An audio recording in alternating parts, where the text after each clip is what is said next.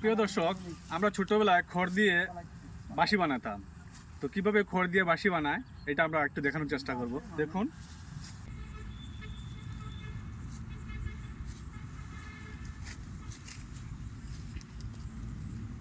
মিনাল 5 কিলা করতাম, কিছু আরবি, কিছু ইংলিশ, কিছু বাংলা।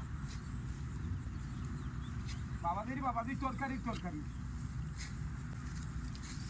এইভাবে মাথাটিকে আমরা একটু থেতলিয়ে নিব।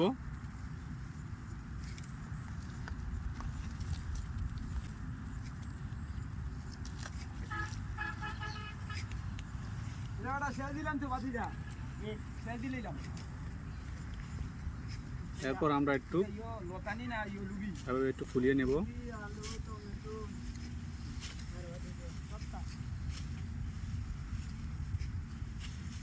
এরপর